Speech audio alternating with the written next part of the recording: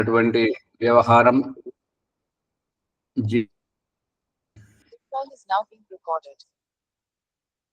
అహం బ్రహ్మాస్మి, నేను బ్రహ్మను. అభిప్రాయం ఒకసారి చెప్పండి, మీ అభిప్రాయం. అహం సోహం, అతనే నేను, అతనే నేను, అహం బ్రహ్మాస్మి, నేను బ్రహ్మను అనేటువంటి ఈ భ్రమను తొలగించాలి. భగవంతుడు వ్యావహారికంగా నువ్వు ఎవరు అని అడిగిపిస్తున్నాడు. అంటే నువ్వు వేరు, నేను వేరు అనేటువంటిది. భగవంతుడి నుంచి జీవాత్మలు రావడం ఇది బ్రహ్మాండంలో జరుగుతున్న విషయం. పిండంలో తండ్రి నుండి సంతానం శుక్రకణముగా వచ్చి పిండ రూపం దాల్చుకొని జన్మించడం జరుగుతుంది. కాబట్టి తండ్రి తండ్రియే, కొడుకు కొడుకే, దేవుడు దేవుడే, జీవుడు జీవుడే. అతను నేను కాదు, నేను అతను కాదు. నా అభిప్రాయం నా అభిప్రాయమే, అతని అభిప్రాయం అతని అభిప్రాయమే. ఈ సోహం అనేటువంటిది అజ్ఞానం. సోహం అనేటువంటిది ఎంత అజ్ఞానము, అహం బ్రహ్మాస్మి అనేది కూడా అంతే అజ్ఞానం. అందు గురించి దేవుడిని జీవుడిని ఒకటిగా చేయకూడదు. దేవుడిని జీవుడిని ఒకటిగా చేస్తే ఈ యొక్క సృష్టి వ్యవస్థనే అతలాకుతలం అవుతుంది. కాబట్టి దేవుడి స్థానం దేవుడిదే, జీవుడి స్థానం జీవుడిదే, తండ్రి స్థానం తండ్రిదే, కొడుకు స్థానం కొడుకుదే, గురువు స్థానం గురువుదే, శిష్యుని స్థానం శిష్యునిదే. తండ్రి తన సంతానానికి తండ్రి ఎలా అయ్యాడో కొడుకు తన సంతానానికి తండ్రి అవుతాడే కానీ తన తండ్రికి తండ్రి కాలేడు. దేవుడు జీవుడికి దేవుడు అవుతాడు కానీ దేవుడికి జీవుడు కాలేడు. దేవుడి స్థానం దేవుడిదే, జీవుడి స్థానం జీవుడిదే, గురువు స్థానం గురువుదే, శిష్యుని స్థానం శిష్యుడిదే. శిష్యుడు విద్యను నేర్చుకున్న తర్వాత తన శిష్యులకు బోధించేటప్పుడు గురువు అవుతాడు, కానీ తన గురువుకు ఎప్పటికీ శిష్యుడే. అందుకని ఈ సోహం అహం బ్రహ్మాస్మి అనేటువంటివి ఖండించాలి వ్యావహారికంగా. ఇప్పుడు ఒక అజ్ఞానం ఇది పోతలేదు. ఏంటంటే నేను అంటే ఆత్మను, నువ్వు అంటే పరమాత్మని. ఈ భ్రాంతి పోయేంత వరకు సోహం అహం బ్రహ్మాస్మి అనేది రాదు. సోహం అంటే ఒకసారి అర్థం పూర్ణంగా చెప్పండి. సహా ప్రథమ వ్యక్తి ఏకవచనం, సర్వనామం. నామవాచకేమో రాముడు బాలుడు.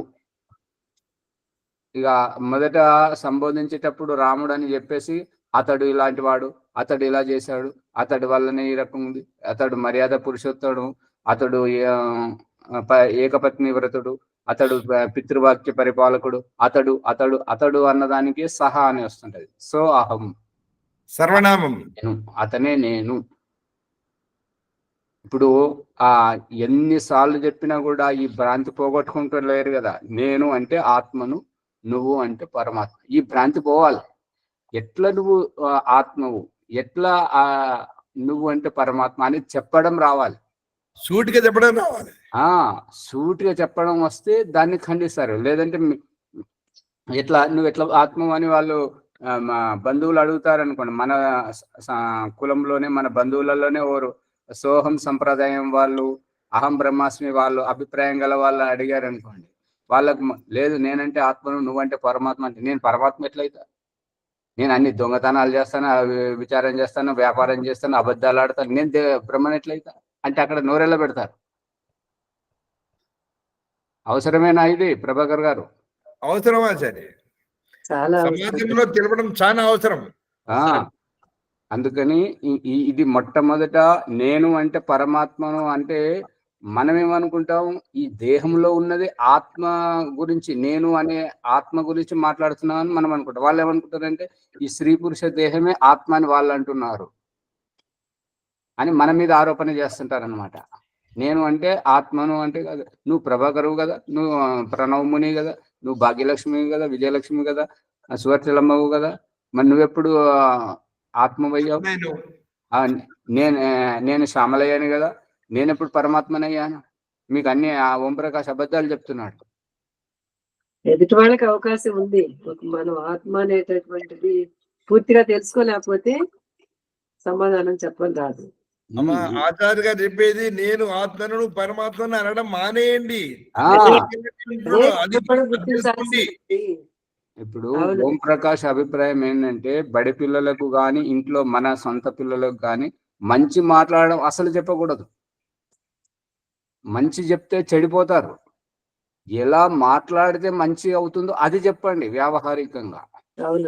ఏది మాట్లాడితే చెడుగా చెడ్డ పేరు వస్తుందో నిందలు వస్తాయో అది చెప్పాలి. అంతేగాని నువ్వు చెడ్డగా మాట్లాడద్దు, బయట వాళ్ళని అందరికీ మంచిగా నువ్వు మంచిగా మాట్లాడాలని నేర్పిస్తే బయట పోగానే పక్కింటోడు అంటాడు అరే ఇట్రారా అంటాడు, వాడు అరే తురే నుంచి మొదలు పెడతాడు. ఇప్పుడు పిల్లల పరిస్థితి ఏం కావాలి? అందుకే ముందు పెద్దవాళ్లే గ్రహించాలి.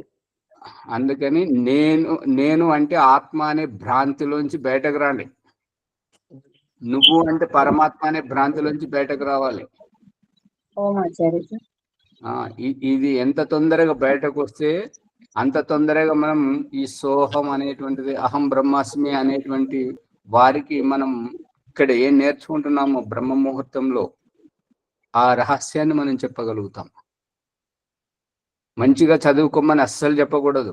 ఎలా చదువుకుంటే మంచిగా విద్య గ్రహిస్తుంటారో కష్టపడి చదవమని చెప్పకూడదు, కష్టపడి పని చేయమని చెప్పకూడదు. ఇష్టపూర్వకంగా చదువుకోమని, ఇష్టపూర్వకంగా పని చేయమని.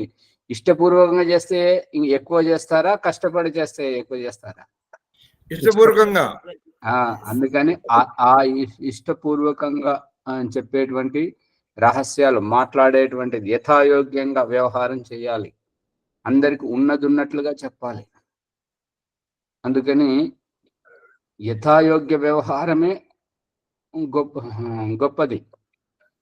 అంతేగాని మనం మంచిగా ఉండాలి, మేము గొప్ప వాళ్ళం అనేటువంటి ఈ మూర్ఖత్వం, ఈ యొక్క దాంట్లోంచి బయటకు రావాలి, భ్రమలోంచి. అహం బ్రహ్మాస్మి, నేనే బ్రహ్మను. నేను బ్రహ్మనెట్లయితే నేను నిన్న లేను, ఇవాళ పుట్టాను, రేపు ఉంటానో ఉండనో తెలియదు.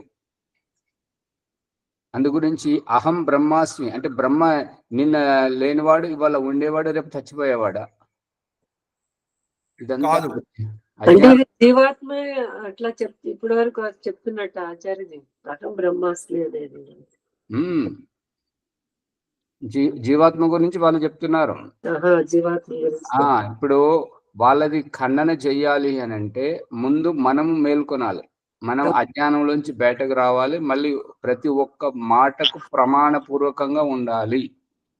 ప్రమాణం లేనంత వరకు, ఆదర్శం లేనంత వరకు, శాస్త్రీయ ప్రామాణికత లేనంత వరకు వాళ్ళు అజ్ఞానంలోనే ఉన్నారు, మనము అజ్ఞానంలోనే ఉన్నట్లు. అందుకని సో అహం అతనే నేను, ఈ మూడు పదాలు. సో అహం అనేటువంటిది, అహం బ్రహ్మాస్మి అనేటువంటిది చనిపోయిన తర్వాత శివైక్యం అయిపోయింది అని అయితే. చనిపోయిన తర్వాత శివైక్యం అయిపోవడం, శివైక్యం అయిపోవడం, బ్రహ్మలీనం అయిపోవడం, పరమాత్మలో కలిసిపోయాడు అనేటువంటిది, ఈ భ్రాంతులన్నీ పోవాలి. ఈ మూడు ఆత్మల గురించి ఆచార్యజీ పదాలు, మూడు పదాలు కూడా బయట ఇప్పుడు వ్యవహారంలో నడిచేది నాకు తెలియదు, ఎందుకని అడుగుతున్నాను. సో అహం అనేటువంటిది అతనే నేను అంటే ఆ బ్రహ్మనే. వాళ్ళ అభిప్రాయం ఏంటంటే అతనే నేను అని చెప్పేసి ఇతను చేసేటువంటిది వ్యాపారం చేసేటప్పుడు తక్కువ జోకడం, అబద్ధాలు ఆడడం, అది దాంట్లో కల్తీ కలపడం, అవకాశం దొరికినప్పుడు వ్యభిచారం చేయడం, ఇంకేవేవో చేయడం. అంటే బ్రహ్మ ఈ రకంగా చేస్తున్నాడా? లేదు. అంటే ఇప్పుడు వీళ్ళు అహం అనేటువంటి పదాన్ని ఆత్మకు ఉపయోగించి చెప్తూ ఇవి చేస్తున్నారు కాబట్టి ఇది ఆత్మకు సంబంధించింది. ఈ అమ్మగారి బయట విషయాలు అంతగా నాకు తెలియదు. ఇప్పుడు అహం బ్రహ్మాస్మి తెలియనప్పుడు కొద్దిగా గమ్మని ఉండండి. మీ ముందు విషయం అంతా విప్పుకొని వచ్చే వరకు కొద్దిగా ఓపిక పట్టండి. మధ్య మధ్యలో వస్తే అది ఇబ్బంది అవుతుంటది. సగం సగం తెలుసుకుంటే, సో అహం అతనే నేను. అతనే నేను అంటే అతనెవరు? ముందు అతన్నైతే పట్టుకో.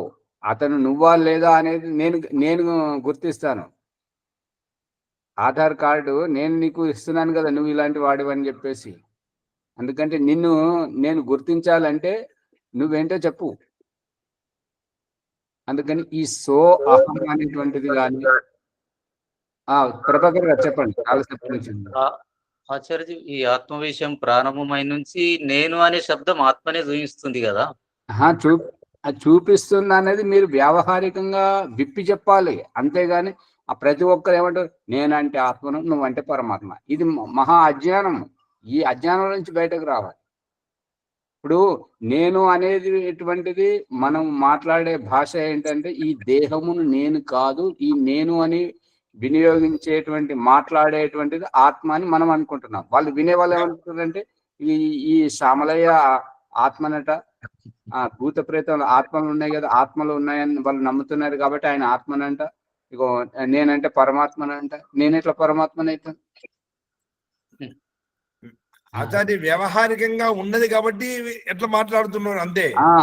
ఈ నేను అనేది ఆత్మ అనే విషయం విప్పడం ఎట్లా అనంటే, ఈ యొక్క పంచమహాభూతాలు ఆహార పదార్థాల ద్వారా తండ్రి శరీరానికి రావడం, అక్కడ శుక్రముగా మారి శుక్రాణువుగా గర్భాధానంలోకి తల్లి శరీరంలోకి వెళ్ళడం, అక్కడ స్త్రీ పురుష దేహధారణ చేసుకోవడం, శిశువుగా జన్మించడం, ఆయువు ఉన్నంతరు బ్రతికి సఫలమైతేనే ముక్తికి వెళ్ళడం, అసఫలమైతే పునర్జన్మ కోసం అనిపోవడం, చనిపోవడం. ఈ యొక్క వ్యవహారమునే ఆత్మ అంటారు. బ్రతికినంత కాలం శరీరంలో ఉన్నంత వరకు నేను నేను నేను అని మాట్లాడేటువంటిది ఆత్మ. అంతేగాని ఈ కనబడే శరీరం ఆత్మ కాదు. ఈ రకంగా స్పష్టంగా విప్పాలి. విప్పితే ఎదుటి వారికి భ్రాంతి అనేటువంటిది కలగదు. ఈ రకంగా విప్పి చెప్పడం ద్వారానే ఎదుటివారు తెలివిమంతులు అయితే, ఓహో అహం బ్రహ్మాస్మి అనే దానికి ఈ అక్రియ ధ్యానంలో ప్రతి ఒక్కటి ఎక్కడికి వెళ్ళినా కూడా భోజనం చేయడానికి కూర్చున్నా లేపుకొని తీసుకొస్తున్నాడు, యజ్ఞం చేయడానికి కూర్చున్నా లేపుకొని తీసుకొస్తున్నాడు, మాట్లాడినా కొద్దిసేపు మాట్లాడి తర్వాత ఆగిపిస్తున్నాడు, మాట్లాడకుండా చేస్తున్నాడు, కొద్దిసేపు విన్న తర్వాత మళ్ళీ ఆపిస్తున్నాడు, మళ్ళీ మలమూత్ర త్యాగానికి కూర్చున్నా లేపుకొస్తున్నాడు, బయటకు వెళ్ళినా లేపుకొస్తున్నాడు, పుట్టినా చంపుకొని తీసుకొస్తున్నాడు, ఎక్కడికి పోయినా కూడా మళ్ళీ ఇంకొక రప్పిస్తున్నాడు. అంటే అతను నేను కాదు, ఈ రప్పించేవాడు ఎవడు, అది ఆలోచన రావాలి. అందుకని ఈ సో అహం అనేటువంటిది భ్రాంతి, మరి అహం బ్రహ్మాస్మి అనేటువంటిది మహా అజ్ఞానం, మరియు చనిపోయిన తర్వాత శివైక్యమైపోవడం, బ్రహ్మలీనం అయిపోవడం అనేటువంటిది మహామూర్ఖత్వం. అందుకని ఇవన్నీ ముందు నేను అంటే ఆత్మను, నువ్వు అంటే పరమాత్మ అనే భ్రాంతిలోంచి బయటకు వస్తే మనం అవి ఖండించగలుగుతాం. పుష్పమ్మ గారు పనిని పక్కన పెట్టండి, వినండి. బాలాజీ గారు విషయం ఆలస్యంగా వస్తున్నారు, విషయం పట్టుబడదు. ఈ అహం బ్రహ్మాస్మి, నేను బ్రహ్మనైతే నేను అబద్ధాలు ఆడుతున్నాను కదా, దేవుడు అబద్ధాలు ఆడతాడా? నేను దొంగతనం చేస్తున్నాను కదా, నేను నా స్వార్థం గురించి ఇతరులను మోసగిస్తున్నాను కదా, దేవుడు మోసగిస్తాడా? నేను చచ్చిపోతున్నాను కదా, అంటే దేవుడికి చావున్నదా?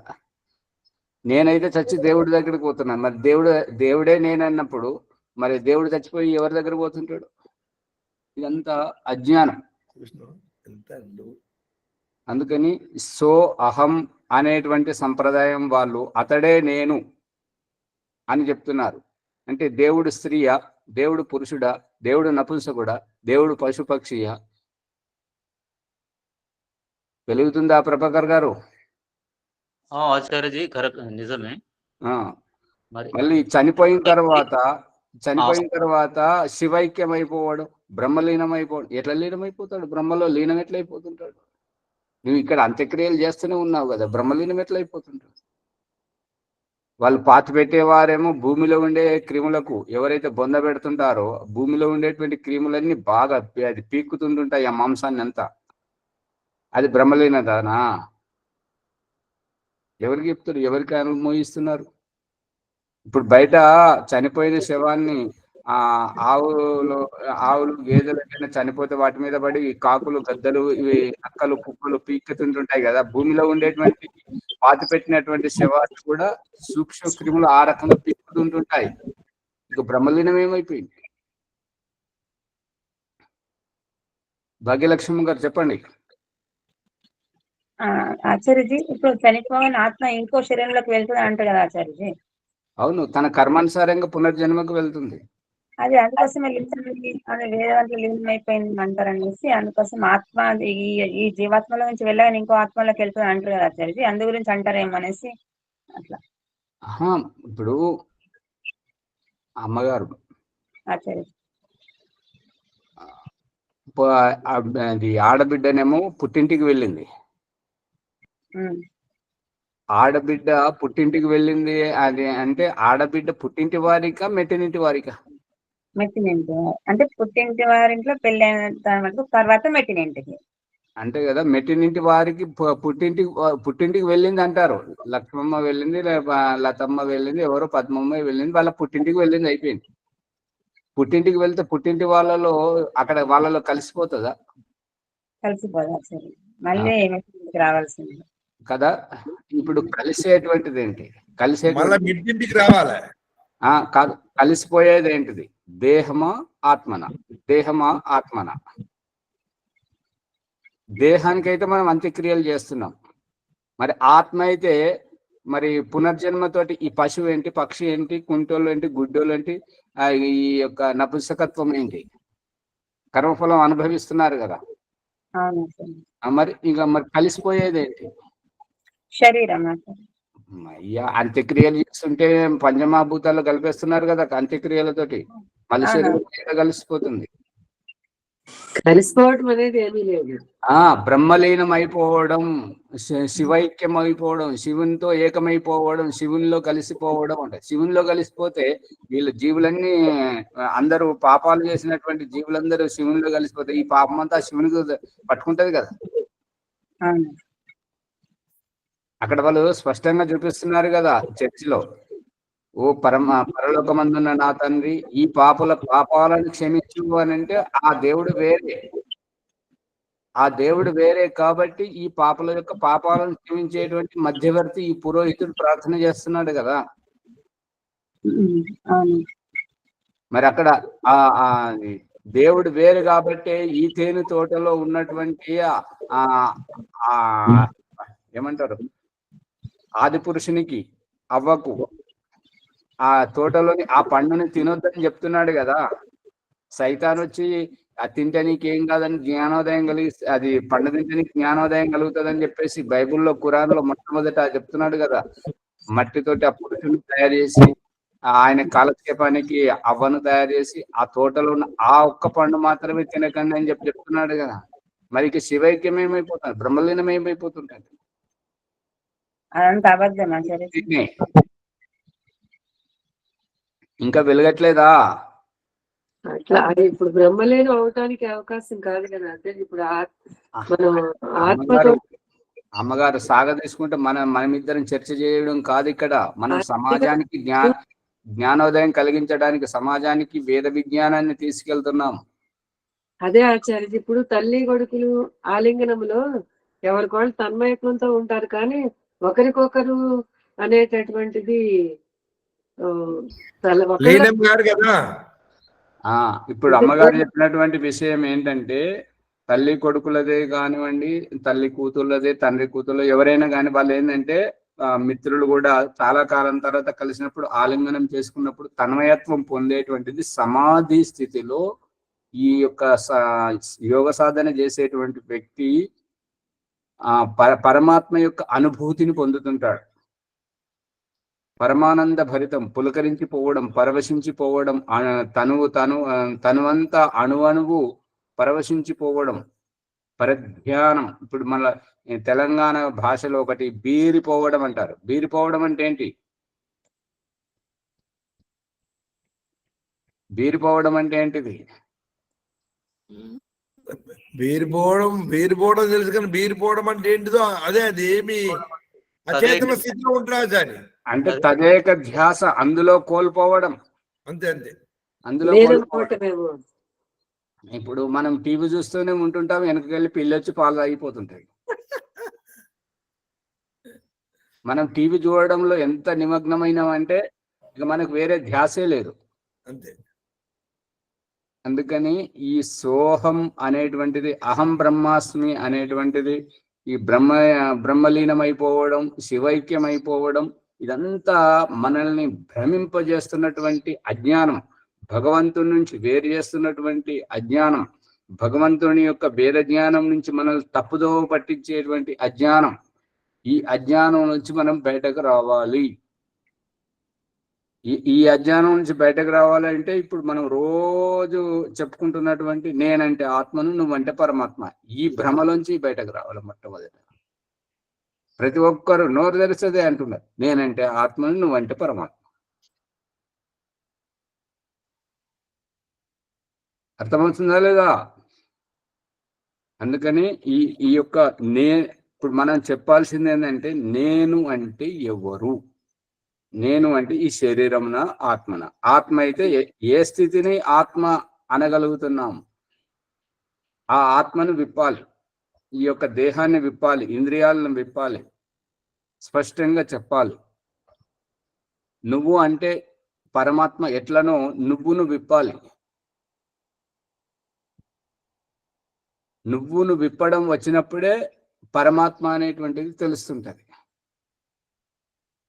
అందుకని ఈ యొక్క అజ్ఞానం మొట్టమొదట మన అజ్ఞానం పోతేనే మనం ఎదుటి వారికి కొంతవరకైనా జ్ఞానోదయం కలిగించగలుగుతాం.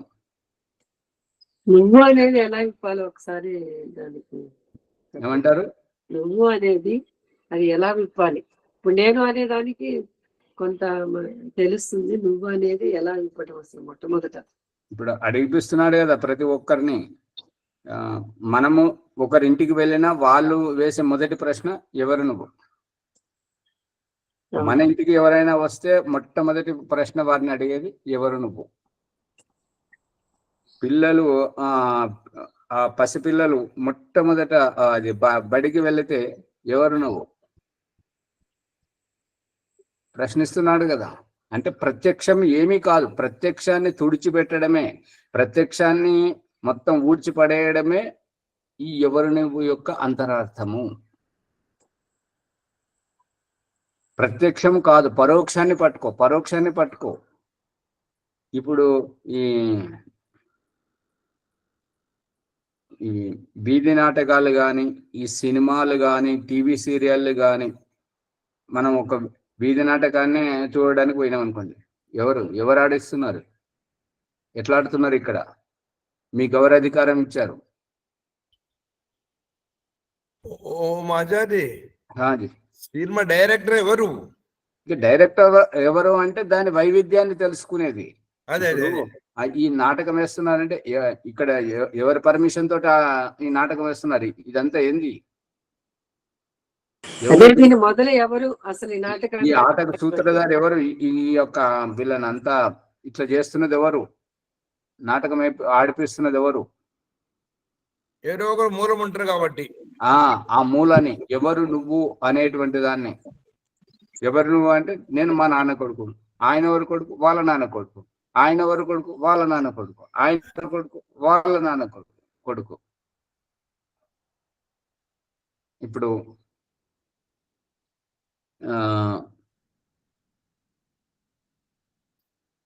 చనిపోయిన వాళ్ళను ఎత్తుకపోయేటప్పుడు ఎవరు? పలానా రామయ్య, రామయ్య చనిపోయాడు.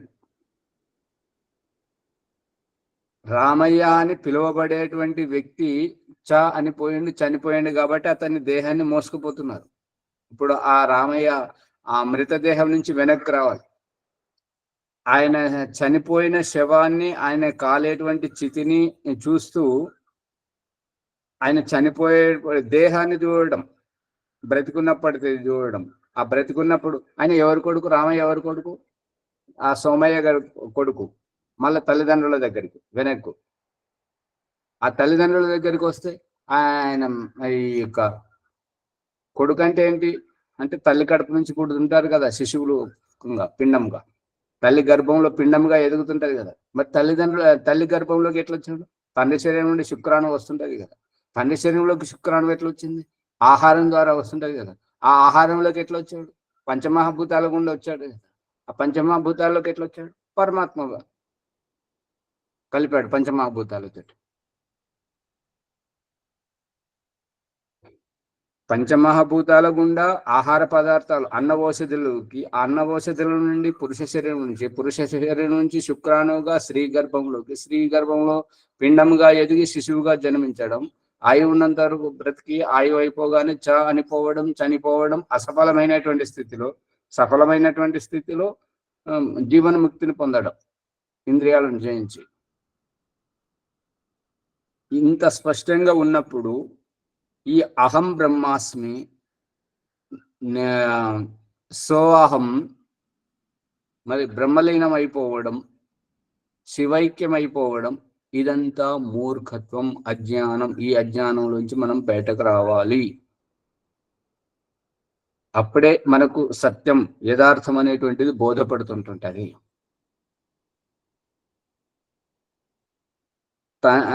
ఆలింగనంలో భార్యాభర్తలు, ప్రేమికులు ఒకటవుతారా? తండ్రి కొడుకులు ఒకటవుతారా? తల్లి కూతుళ్ళు ఒకటవుతారా? స్నేహితులు ఒకటవుతారా? ఆలింగనంలో ఉన్నప్పుడు ఆ ఆత్మీయ స్పర్శతోటి తన్మయత్వంతో కళ్ళు మూసుకుంటాము. ఆ తనవంతా పులకరించిపోతుంది, పరవశించిపోతుంది, పరమానందంలో ఉంటాము. అంతవరకే గాని ఏకమైపోవడం ఏంటి? అర్థమవుతుందా లేదా? అంత అట్లా చూస్తుంటారు. అర్థమవుతుంది వచ్చేది. అందుకని ఈ యొక్క అహం బ్రహ్మాస్మి, నేను బ్రహ్మను. ఏం బ్రహ్మం? భ్రమలో ఉండి బ్రహ్మను అంటుంటావు. సో అహం, అతనే నేను. ముందు అతనైతే పట్టుకో. అతను నువ్వా లేదా అనేది నేను గుర్తించి చెప్పాలి. నీకు నువ్వు అనుకుంటే సరిపోదు కదా. ఒక కథ ఏంటంటే మనోరంజకంగా, విదేశంలో ఒక పెద్ద సైంటిస్ట్ ఉన్నాడు. ఆయన పేరు గుర్తొస్తలేదు, అబ్రహం లింకన్ అనుకుంటా. అతని జయంతి ఉత్సవాలలో అతని వలనే నటింపజేసేటువంటి ఒక వ్యక్తికి పాత్రను ఇచ్చారు. నువ్వు ఇంకో ఈయనది బాగా చదువు, ఇలాగే నటించాలి వేదిక మీద. ఆ అబ్రహం లింకనే బ్రతికి ఉన్నాడు అన్నట్టుగా నువ్వు అక్కడ ప్రజలందరినీ నమ్మించాలి అని అంటే అతడు బాగా అభ్యాసం చేశాడు అన్నట్టుగా. ఇక ఎంత అభ్యాసం చేశాడు అని అంటే అందులో అతను లీనమైపోయాడు ఆ కథలోనే. ఇక వేదిక మీద అతను పాత్ర నటన చేసిన తర్వాత అందరూ మంత్రముగ్ధులైపోయారనమాట. ఇక తర్వాత ఆ వేషం విడవమని అంటే విడవట్లేదు. నాకు ఇంత గుర్తింపు ఇచ్చినటువంటి ఈ వేషాన్ని నేను ఎట్లా విడుస్తానని చెప్పేసి ఇంట్లోకి వస్తే భార్య అంటది, ఏంటండి ఈ బట్టలు అయిపోయింది కదా, నాటకం అయిపోయిందండి. ఏమైపోయింది? నేను అబ్రహం లింకన్ అంటాడు. ఎవరిని అడిగినా అబ్రహం లింకన్ అంటాడు. మరి ఉద్యోగానికి పోతుంటే అక్కడ ఎవరు అంటే నేను అబ్రహం లింకన్ అంటాను. అబ్రహం లింకన్ అయితే నువ్వు ఇక్కడికి ఎందుకు వచ్చావు అని అంటే, అవును మరి నేను ఉద్యోగం చేయాలి కదంటే, ఉద్యోగం చేసేది ఫలానా రామయ్య కదా, నువ్వు అబ్రహం లింకన్ అంటుంటావు. ఆయన వేషధారణ చేసుకొని నటించావు. అతన్ని ఎంత ఒప్పించినా కూడా అతడు ఒప్పుకోవట్లేదు. చివరికి హిప్నోటిజం, సైక్రాటిస్ట్, మానసిక నిపుణుల దగ్గరికి తీసుకెళ్లి ఇతను ఏమైనా బుద్ధి కనుక వికటించిందా ఏందని చెప్పి వారి దగ్గర తీసుకెళ్తే వారు అడిగిన ప్రతి ప్రశ్నకి అలాగే చెప్తున్నాడు. ఇక ఇట్లయితే కాదని చెప్పేసి ఆ డిటెక్టివ్ మిషన్ ఉంటది కదా, ఆ మిషన్ దగ్గర కూర్చుండి పెడితే ఆ మిషన్ ఏంటంటే మన మనసులోని భావాలను పట్టుకొని అది బయట చెప్తుంటది. ఆ మిషన్ దగ్గర కూర్చుండబెట్టి ఆ మిషన్ ఆన్ చేస్తే అది ఏమంటున్నదంటే, నేను అబ్రహం లింకన్ అని అంటున్నది. అంటే ఇతన్ని వశీకరణలో నిద్రపోగొట్టి అతని మనసులో ఉన్నటువంటి భావాలను వెలికి తీస్తే ఆ మిషన్ అతని మనసులో ఏమున్నదంటే నేను అబ్రహం లింకన్ అని ఉన్నది. అయితే మిషన్ కూడా డిటెక్టివ్ అది కూడా ఇతను నేను అబ్రహం లింకన్ అని చెప్పింది. చెప్తే ఇప్పుడు ఇక ఉన్న ఆధారాలన్నీ పోయినాయి కదా. అందు గురించి అతన్ని మనిషిగా గుర్తించడానికి కొడుకులు బిడ్డలు మాట్లాడినా, భార్య మాట్లాడినా, ఎవరు మాట్లాడినా కూడా నేను అబ్రహం లింకన్ అని అదే వేషంలో ఉంటున్నాను. ఇప్పుడు అతను ఎట్లా నమ్మాలి అంటే ఇక చివరికి అతనికే మనసు పట్టింది ఏంటంటే ఇక ఎంతవరకు ఇదంతా వదిలేసి, సరే అందరు అంటున్నారు కదా నేను అబ్రహం లింకన్ కాను అని చెప్పేసి, అయితే నేను అబ్రహం లింకన్ కాదు అంటే ఇప్పుడు మళ్ళీ కాదంటే ఎవరు నమ్ముతారు? ఇన్ని రోజులు ఆ నాటకం అయిపోయిన తర్వాత సంవత్సర కాలం పాటు అదే రకంగా వ్యవహారం చేస్తే ఇప్పుడు అనుకోకుండా నేను కాదు అని అంటే ఎవరు నమ్ముతారు? ఎవరు నమ్మరు అనమాట. ఆ రకంగా ఇక అబ్రహం లింకన్ పిస్తోల్ తో కాల్చి చంపారు కాబట్టి ఇతన్ని పిస్తోల్ తో కాల్చి చంపడం మినహా మనం చేయాల్సింది ఏం లేదు. ఇక మనసులో పూర్తిగా ఆత్మభావం కూర్చొని ఇంకా పశ్చిమ బెంగాల్లో అణువు లోపల అబ్రహం లింకన్ నింపాడు. వినండి. అబ్రహం అది పశ్చిమ బెంగాల్లో ఒక నాటకం జరుగుతుంది, వీధి నాటకం. ఆ వీధి నాటకంలో ఖలనాయకుడు అంటే విలను ఆ యొక్క కథానాయకుని భార్యను చారిత్రకంగా చనిపోయడం, బలాత్కారం చేయడం అట్లా చేస్తుంటే ఆ నాటకం చూడడానికి ఆ రోజు ఈ యొక్క విద్యాసాగర్, ఆయన పేరు పూర్తిగా వస్తుంది, మదన్ మోహన్ విద్యాసాగర్ ఏదో ఉంది ఆయన పేరు, వారు చాలా గొప్ప రచయిత, మంచి కళాకారుడు, మంచి ఆధ్యాత్మిక స్ఫూర్తి ఉన్నటువంటి వ్యక్తి. అతన్ని అతిథిగా పిలిచారు ఆ నాటకం చూడడానికి. ఆ కళనాయకుడు ఆ యొక్క నాయకుని భార్యను చెరపడానికి ఆమె మీద దౌర్జన్యం చేస్తుంటే, ఒరే దుర్మార్గడా నువ్వు ఇంత ఆడవాళ్ళ మీద ఇంత దౌర్జన్యం చేస్తుంటావో ఏందని చెప్పి చెప్పు తీసుకొని కొడుతున్నాడు అన్నట్టుగా. కొడితే అంటే అది నాటకం అన్నది ఆయన మర్చిపోయాడు, అంత రసవత్తరంగా నటించడం జరుగుతుంది. ఆ చెప్పు తీసుకొని కొడితే ఆ కళాకారుడు ఎంత గొప్పవాడంటే, ఇంత పెద్ద వ్యక్తియే నన్ను గుర్తిస్తున్నాడు, ఇది నాటకం అని గుర్తించలేకపోయాడు అంటే నేను పూర్తిగా నాటకానికి న్యాయం చేశాను అని చెప్పేసి, ఏ చెప్పుతోటైతే ఇతన్ని కొట్టిండో, కళాకారుని కొట్టిండో, ఆ కళాకారుడు ఆ విద్యాసాగర్ గారి చెప్పును ఫ్రేమ్ కట్టించుకొని తన ఇంట్లో పెట్టుకున్నాడు.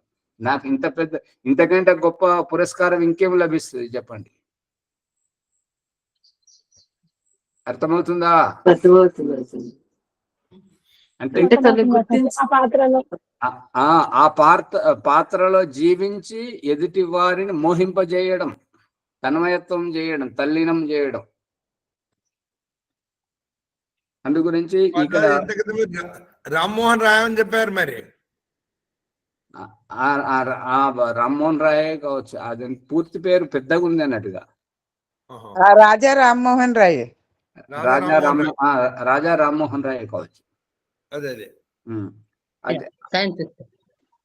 ఆ రకంగా తల్లీనమైపోవడం, తన్మయత్వం అయిపోవడం, ఈ బీరిపోవడం, ఇవన్నీ ఒకటే.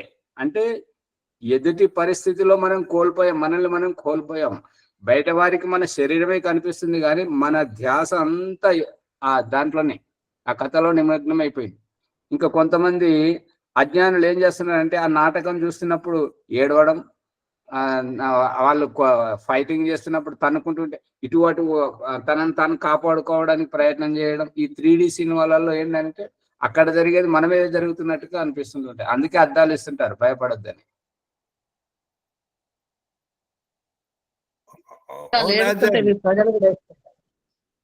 అది జీవితంలో నాకు అనుభవం కూడా. అందులో ఏడుస్తుంటే నేను కూడా ఏడుస్తుంటే మా అమ్మ అంటుండే. అదే చాలా మంది ఇప్పటికి కూడా ఏడుస్తామండి, ఇప్పుడు కూడా మా తాత కూడా ఏడుస్తుండే.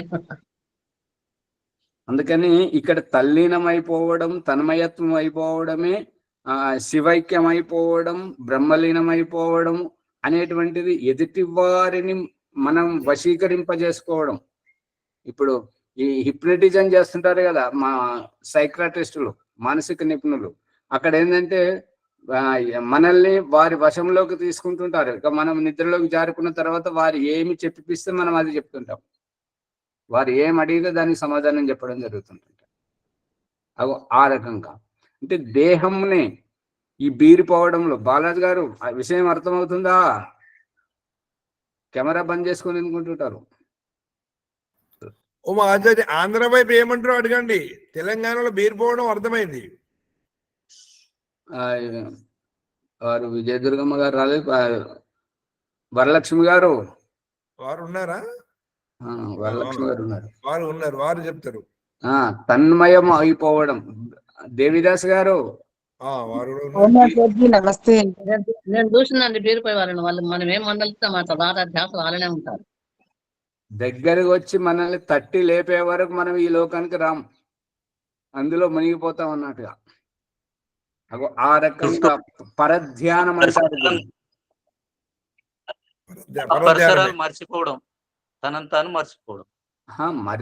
మీరు భలే ఉన్నారు. మర్చిపోవడం అంటే ఏంటంటే బుద్ధి వికటించడం. ఇక్కడ బుద్ధి వికటించలేదు, ఆ బుద్ధిని అక్కడ ఎదుటి విషయంలో పెట్టారు కదా, అక్కడ జరుగుతున్నటువంటి సంఘటనలో పెట్టారు కదా. ఇప్పుడు ఓం ప్రకాష్ చిన్నగా ఉన్నప్పుడు ఎంతో ఇబ్బందితోటి చెప్పులు కొనుక్కోవడం జరిగింది. చెప్పులు కొనుక్కుంటేనే ఆ బజార్కి వెళ్ళినప్పుడు అక్కడ కోతుల ఆట ఆడిస్తున్నారు అన్నట్టుగా కూర్చున్నాం. ఇక చెప్పులు బయట ఇడిస్తే ఎవరైనా ఎత్తుకపోతారని చెప్పులు ఇడిచి చెప్పుల మీద కూర్చున్నాం అన్నట్టు. ఆట ఆడిస్తున్నప్పుడు వెనక వాళ్ళ కొద్దిగా ముందుకు జరిగింది అంటే ముందుకు జరిగాడు చెప్పులు అగో ఆ రకంగా. ఇప్పుడు ఏంటంటే మనము ఆ కథలో నిమగ్నం అయిపోయినప్పుడు, ఆ ధ్యాసనే ఉన్నప్పుడు ఇంకా ఏ ధ్యాస ఉండదు. అందుకే ఇటువంటి చోట్ల జేబు దొంగలు రావడం, ఆ దొంగతనాలు చేయడం, మహిళల గొలుసులు కొట్టేయడం అవన్నీ జరుగుతుంటది అక్కడే. ఎందుకు అంటే మనం ఇంకొక దాంట్లో నిమగ్నం అయిపోయినాం, ఇక్కడ లౌకిక ధ్యాస లేదు కాబట్టి.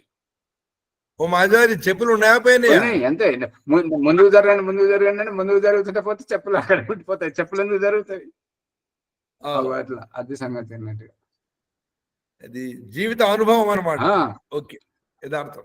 అందు గురించి ఈ శివైక్యం అనేటువంటిది, సోహం అనేటువంటిది, బ్రహ్మలీనం అయిపోవడం, అహం బ్రహ్మాస్మి, ఇదంతా మనల్ని యథార్థ జ్ఞానం తప్పుదోవ పట్టించేటువంటిదే. అందుకే ఈ యొక్క బృహదారణ్యక ఉపనిషత్తులో కథ ఏమొస్తున్నది అంటే, యాజ్ఞవల్క్యుడు ఇక అతనికి జ్ఞానోదయం అయింది కాబట్టి మనం సన్యాసం తీసుకోవాలి, బ్రహ్మ సాక్షాత్కారం చేసుకోవాలి అని చెప్పేసి అతను బయటకు వెళ్లే ముందు తన జీవితాంతం సంపాదించినటువంటి సంపత్తిని అంతా ఇద్దరు భార్యలకు పంచివ్వడానికి ప్రయత్నిస్తుంటే మైత్రేయి అడుగుతుంటుంటది, నువ్వు స్వామి, నువ్వు ఏ పరమాత్మ సాక్షాత్కారం కోసం, ఆత్మ కళ్యాణం కోసం అయితే నువ్వు ఇల్లు విడిచిపెట్టి పోతున్నావో, దేని వల్లనైతే మీరు అమృతత్వాన్ని పొందడానికి వెళ్తున్నారో, ముక్తిని పొందడానికి వెళ్తున్నారో, మీరు పంచిచ్చేటువంటి ఈ భౌతిక ద్రవ్యంతో నేను కూడా ముక్తిని పొందగలనా, నాకు కూడా అమృతత్వం లభిస్తుందా అని ఆవిడ అడగడం వరకే ఇప్పుడు ప్రారంభమైంది. ఈ కథ చాలా రసవత్తరంగా ఉంటుంటది, ఆసక్తికరంగా ఉంటుంటది, చాలా లోతుగా ఉంటుంటది. అందు గురించి ఈ కథ మనకు ఈ శివైక్యము, అహం బ్రహ్మాస్మి, సోహం, ఈ భ్రాంతుల నుంచి ఎంత బయటకు తీసుకొస్తుంటది. మీరు ప్రశ్నించండి, చాలా లోతుగా వేయండి. ప్రశ్నించే వాళ్ళు వస్తే ఈ యొక్క రహస్యం అంతా విప్పుకొని బయటకు వస్తుంటుంటది. అందుకని మనం చేసేటువంటి ఈ ప్రతి ప్రయత్నంలో మనం ఈ ప్రకరణంలో బ్రహ్మ ముహూర్తంలో లేచి కూర్చొని ఈ యొక్క సత్సంగానికి వచ్చేసి, నేనంటే ఆత్మను, నువ్వంటే పరమాత్మ, ఇందులోంచి ముందు మనం బయటకు రావాలి. మనం బయటకు వస్తే వాళ్ళ ఆ సోహం, అహం బ్రహ్మాస్మి, శివైక్యం, బ్రహ్మలీనం అయిపోయేటువంటి భ్రాంతిలోంచి వాళ్ళని బయటకు తీసుకురాగలుగుతుంటాం. ఓ ఆచార్య, ఒక సందేహం ఏంటంటే, అహం బ్రహ్మాస్మి, సోహం, శివైక్యం అనే ఈ పదాలు ఎట్లా పుట్టినాయి మరి? అంటే అక్కడ ఏంటంటే బ్రహ్మ నిత్యం, జగన్మిత్య, సర్వం కల్విదం బ్రహ్మ. శంకరాచార్యుడు ఈ సందేశాన్ని వాళ్ళు వ్యాపకం చేయాలని అనుకున్నారు. ఇక్కడ ఏది ఉండదు, అంతా ప్రళయంలో నాశనం అయిపోతుంటది. మళ్ళీ అతని నుంచే ఇదంతా పుట్టింది, ఈ ఆట ఆడిస్తున్నదంతా అతడే, అంతా అతడే కాబట్టి అతనే నేను వచ్చింది కూడా అతని నుంచే అనేటువంటిదే తండ్రి నుంచే పిల్లలు సంతానం వచ్చారు కాబట్టి, శుక్రకణంగా తల్లి గర్భంలోకి వెళ్ళి పిండ రూపం దాల్చుకుని సంతానంగా జన్మించారు కాబట్టి, నేను అతని నుంచి వచ్చాను కాబట్టి అతనే నేను. అదే అతనే నేను అన్నప్పుడు ఈ అబద్ధాలు ఆడేటప్పుడు నువ్వు అబద్ధం ఆడుతున్నావు అని పట్టుకునేది ఎవరు, నిలదీస్తున్నది ఎవరు? అది దొంగతనం చేసినప్పుడు పట్టుకునేది ఎవరు, శిక్షించేది ఎవరు? ఈ యొక్క అంగభంగం అయిపోయినప్పుడు కన్ను పోయినప్పుడు ఓ గుడ్డోడా అని చెప్పేసి గుడ్డోడా అనేది ఎవరు? ఆ నన్ను గుడ్డోడా అంటావని బాధపడేది ఎవరు? నడవలేక కుంటుతూ ఉంటే ఓ కుంటోడా అని అనేది ఎవరు? కుంటుతున్నది ఎవరు? నన్ను కుంటోడా అంటావు అని చెప్పేసి బాధపడేది ఎవరు? ఇద్దరు ఉన్నారా లేదా? అందుకని అంటే ఇంత లోతైన వాళ్ళకి తెలియదు, వాళ్ళు కూడా శివైక్యమైన లోతైన అర్థం తెలియదు కదా, భగవంతుని దగ్గర పోయిండు అనే ఉద్దేశం అంటారేమో. అమ్మగారు వాళ్ళ అజ్ఞానంలో ఉన్నారా లేదా తెలియదు. మనమైతే ఈ 2-3 సంవత్సరాల నుండి అయితే మనం చేస్తున్నాం కదా. ఈ 2-3 సంవత్సరాల సారాంశం ఏంటంటే, నేనంటే ఆత్మను, నువ్వంటే పరమాత్మ. మనమే బయటకు రావట్లేదు, వాళ్ళు ఎట్లా వస్తారు? అందుకని ఈ చెప్పడంలో నేనంటే చెప్పడం నేనంటే ఆత్మను ఏ రకంగానో అది విప్పి చెప్పండి. నువ్వంటే పరమాత్మ ఏ రకంగానో అది విప్పి చెప్పండి.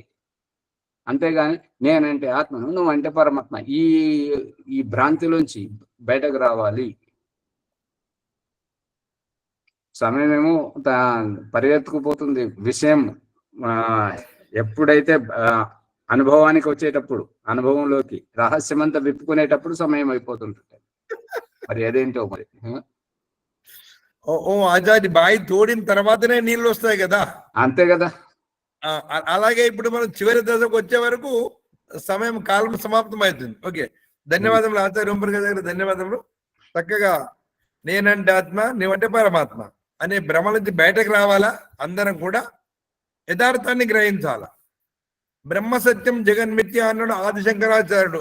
ఆ రహస్యాన్ని కూడా మనం విప్పుకోవాలి. ఇప్పుడు మనం చెప్పుకోబోయేటువంటి బృహదారణ్యకోపనిషత్తు 4వ బ్రాహ్మణము, ద్వితీయ కాండం, 4వ బ్రాహ్మణం, ద్వితీయ అధ్యాయం కదా. అవునవును.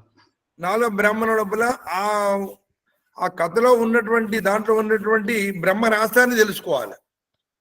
ఇది మనము చక్కగా వస్తున్నది కాబట్టి మనందరూ ప్రయత్నం చేసి ఈ విజ్ఞానాన్ని ఇంకో అడుగులు ముందుకేయాలి. ముందుగా నేనంటే ఆత్మ, నీవంటే పరమాత్మ అనేటువంటి భ్రమనికి బయటకు రావాలని మరోసారి చేస్తూ ఈ ఎపిసోడ్ను లైక్ చేయండి, షేర్ చేయండి, సబ్స్క్రైబ్ చేయండి. పక్కన ఉన్న గంట సింబల్ని గట్టిగా నొక్కండి. తర్వాత 1-2 సార్లు మరీ వినాలని ప్రార్థన. ఇప్పుడు అనంతరము ప్రభాకర్ గారు ఈరోజు వైదిక సంధ్యోపాసన చేయించాలి. ఓం ఓం సర్వేభ్యో నమస్తే. వైదిక సంధ్య.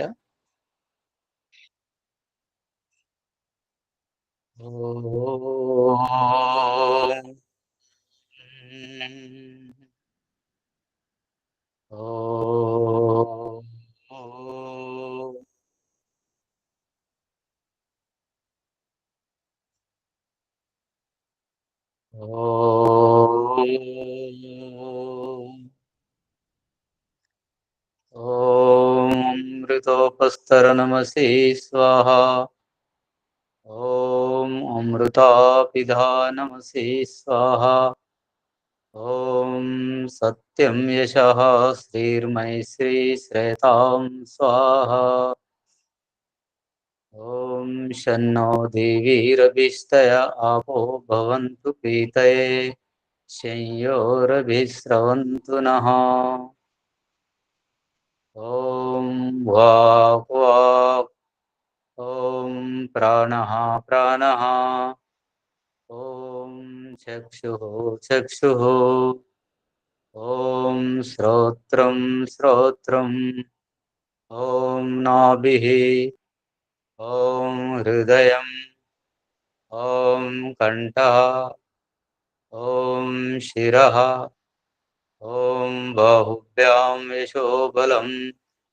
ॐ करतलाकरपृष्ठे ॐ भू पुनातु शिरसि ॐ भुवः पुनातु नेत्रयोः ॐ स्वः पुनातु कण्ठे ॐ महा पुनातु हृदये ॐ जनः पुनातु नाभ्याम् ॐ तपः पुनातु पादयोः ॐ सत्यं पुनातु पुनः शिरसि ॐ खं ब्रह्म पुनातु सर्वत्र ॐ भू ॐ भुवः ॐ स्वः ॐ महा ॐ जनः ॐ तपः ॐ सत्यम् ॐ ऋतं च सत्यं चाभिद्धा तपसोऽध्यजायत ततो रात्रिजायत ततो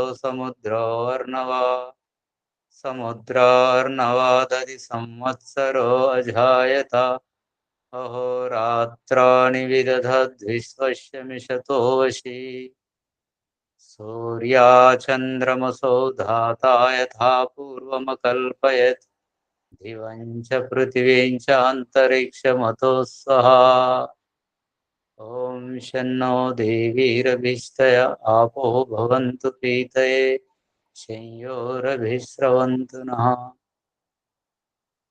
ॐ प्राचीदिगग्निरधिपतिरसितो रक्षितादित्यायशवः तेभ्यो नमो अधिपतेभ्यो नमो रक्षितृभ्यो नमो ईशुभ्यो नमो येभ्यो अस्तु योऽस्मान् द्वेष्टियं वयं दिस्मस्तं वोजं वेदद्मः दक्षिणादीन्द्रोऽधिपतिस्थिरच्चिराजिरक्षिता पितरैषवः तेभ्यो नमो अधिपतेभ्यो नमो रक्षितृभ्यो नमो ईशुभ्यो नमो येभ्यो अस्तु योऽस्मान् द्वेष्टियं वयं दिस्मस्तं वोजं वेदद्मः यतीचेदिक्वरुणोऽधिपतिः पृदाको रक्षितान्नमिषवः तेभ्यो नमो अधिपतेभ्यो नमो रक्षितृभ्यो नमो ईशुभ्यो नमो येभ्यो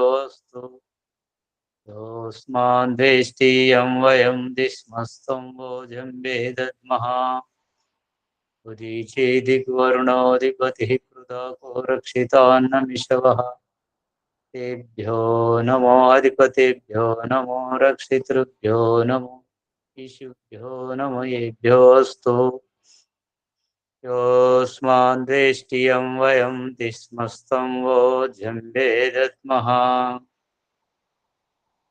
ध्रुवादिग्विष्णुरधिपतिः कल्माषग्रीवो रक्षिता वीरुदैषवः तेभ्यो नमो अधिपतेभ्यो नमो रक्षितृभ्यो नमो ईशुभ्यो नमो येभ्यो अस्तु योऽस्मान् द्वेष्टियं वयं दिस्मस्तं वोजं वेदद्मः ऊर्ध्वादिग्बृहस्पतिरधिपतिः श्वित्रो रक्षिता वर्षमिषवः तेभ्यो नमो अधिपतिभ्यो नमो रक्षितृभ्यो नमो ईशुभ्यो नमो येभ्यो अस्तु योऽस्मान् द्वेष्टियं वयं दिस्मस्तं वोजं वेदद्मः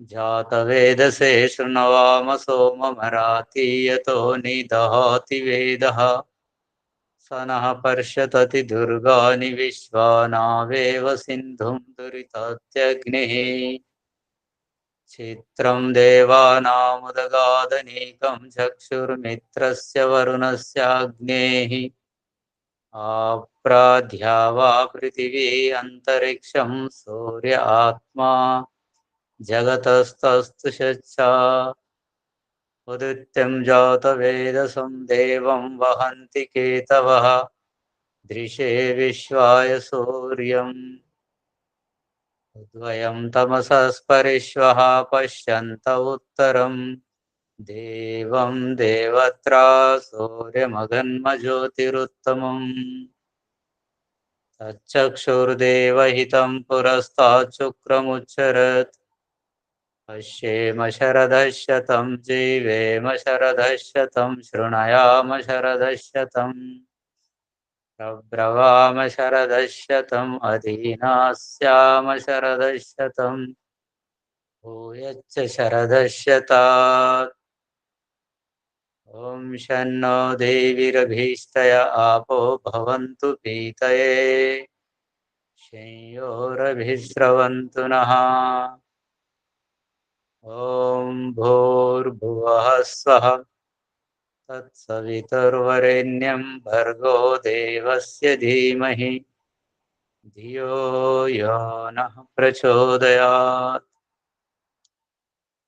ईश्वरादयानिधे भवत्कृपया अनेन जपोपासनादिकर्मणा धर्मार्थकाममोक्षाणां सद्यः सिद्धिर्भवेन्नः। ॐ नमः शम्भवाय च मयो भवाय च नमः शङ्कराय च मयस्कराय च नमः शिवाय च शिवतराय च। ॐ शन्नो देवीरभीष्टय आपो भवन्तु पीतये शंयोरभिस्रवन्तु नः। इति वैदिकसन्ध्या प्रकरणम्। सर्वेभ्यो नमस्ते। ప్రభాకర్ గారికి ధన్యవాదాలు. అటు శాంతి పాఠः.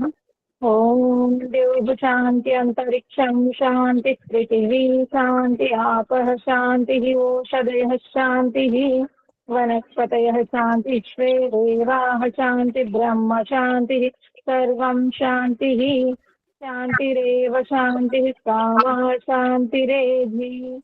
ఓం శాంతి శాంతి శాంతి. ఓం నమస్తే ఆచార్య. సర్వేభ్యో నమః. నమస్తే ఆచార్య. సర్వేభ్యో నమః. ఈ ఎపిసోడ్ను లైక్ చేయండి, షేర్ చేయండి, సబ్స్క్రైబ్ చేయండి, పక్కన ఉన్న గంట సింబల్ ను నొక్కండి. అందరికీ విషయాన్ని తెలియజేయండి. ఓ నమస్తే.